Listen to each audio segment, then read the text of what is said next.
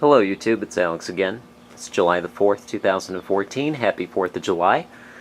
And I just wanted to give you a little update to see how things are going in the garden.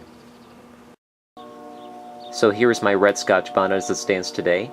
If you look very closely in the frame, you will see a couple of immature fruits there that are pretty small at this point. But that's not to worry, because maybe about a week ago, the flowers were actually pollinated by a few small bees, and so I'm just glad that I have emerging fruits nowadays. And here is my black Scotch bonnet. I believe this was pollinated first because the largest fruit on it is bigger than any of the fruits on the red Scotch bonnet plant.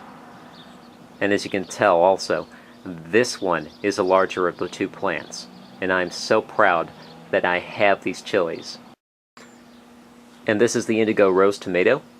And as you can see, in the past 4 weeks, this thing has just lost its head and grown all over the place. Now take a look at this little monster here. This is the basil that I mentioned 4 weeks ago in my video. I can't believe how many flowers it has had on it in the past 4 weeks. The bees have gone nuts all over it, and I'm sure that the seed pods are developing as I speak. Now you might be asking yourself, why am I staring at two very small chili seedlings?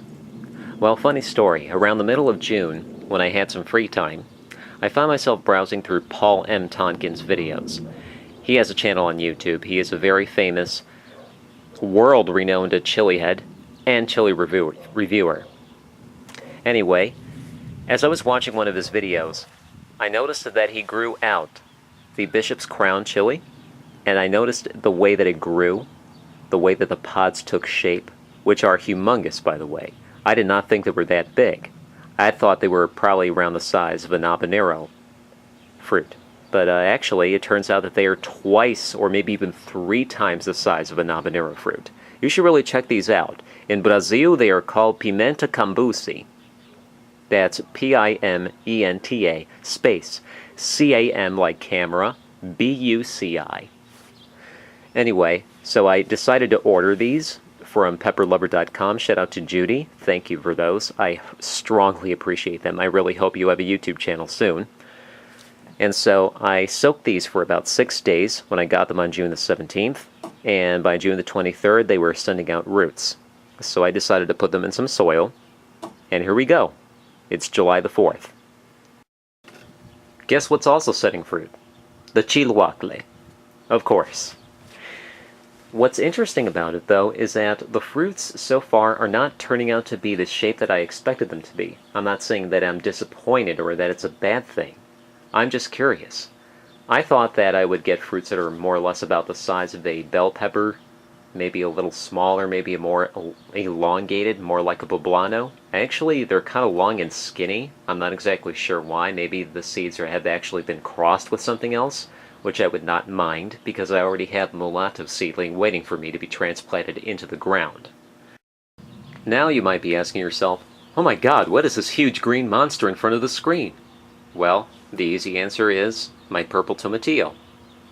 And no, I'm not joking.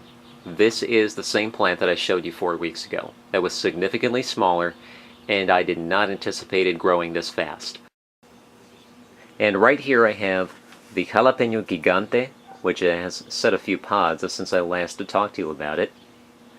And also on the left I have the Brazilian starfish, which I have to say, I am really pleased with it.